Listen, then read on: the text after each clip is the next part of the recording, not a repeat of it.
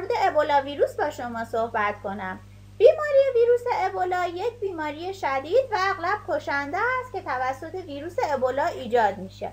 معمولاً از یک مورد انتقال احتمالی مشترک بین انسان و دام شروع میشه و به دنبال اون از انسان به انسان از طریق تماس مستقیم یا تماس با مایعات آلوده منتقل میشه. بیماری ویروس ابولا نرخ مرگ و میر بالایی داره.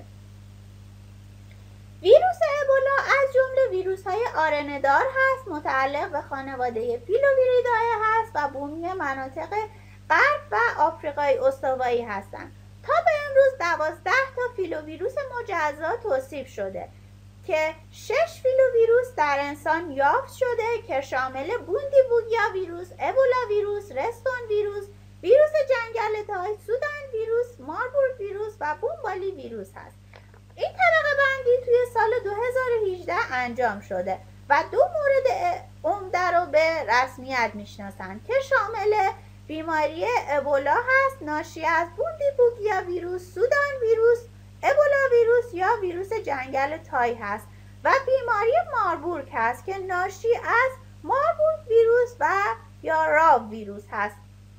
تفاوت‌های مولکولی بین ابولا ویروس و ماربورگ ویروس ممکنه به گرایش پاتوژنز و مخزن ویروس میزبان تاثیرگذار باشه. از بین فیلوویروس‌های مختلف، ابولا ویروس به دلیل سرعت بیماری حاد هموراژیک شدیداً توجه جهانی رو به خودش جلب کرده و ماهیت عفونی ویروس در طول اولین شیوع مستند بیماری ابولا ویروس در شهر یامبوکو در جمهوری دموکراتیک کنگو در سال 1976 توجه جهانی رو به خودش جلب کرده و باعث بروز بیماری در چندین کشور آفریقایی غربی و استوایی شد.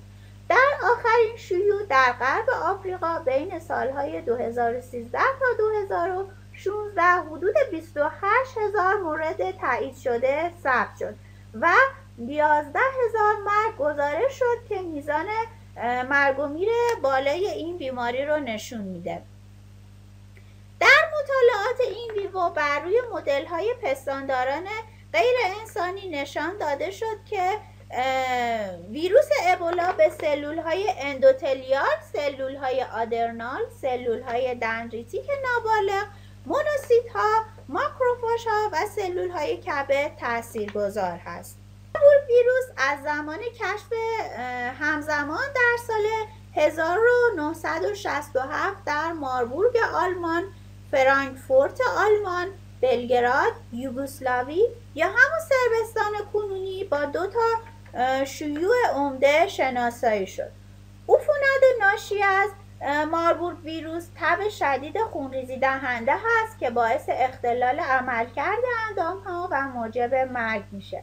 قرار گرفتن در معرض خفاش‌های میوه در غارها و معادن باعث انتقال عمده انسان به انسان میشه. داده شده که ماربورگ ویروس دارای 5 تا دودمان مختلف هست که بر اساس تجزیه و تحلیل فیلوژنتیک داده‌های توالی ژنومی به دست اومده و این دودمان به 2 تا ویروس جداگانه ماربورگ ویروس و راو ویروس تقسیم میشه. ویروس ماربورگ یک ویروس آرنه‌دار هست با طول 19.1 کیلوبایت که 7 تا ژن رو کد میکنه که در شکل زیر اومده.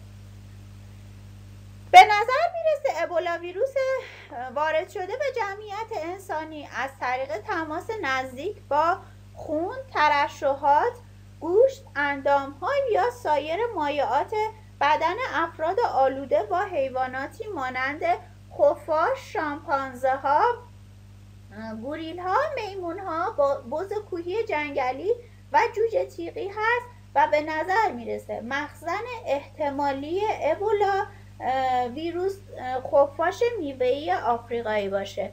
متشکر از همراهی شما.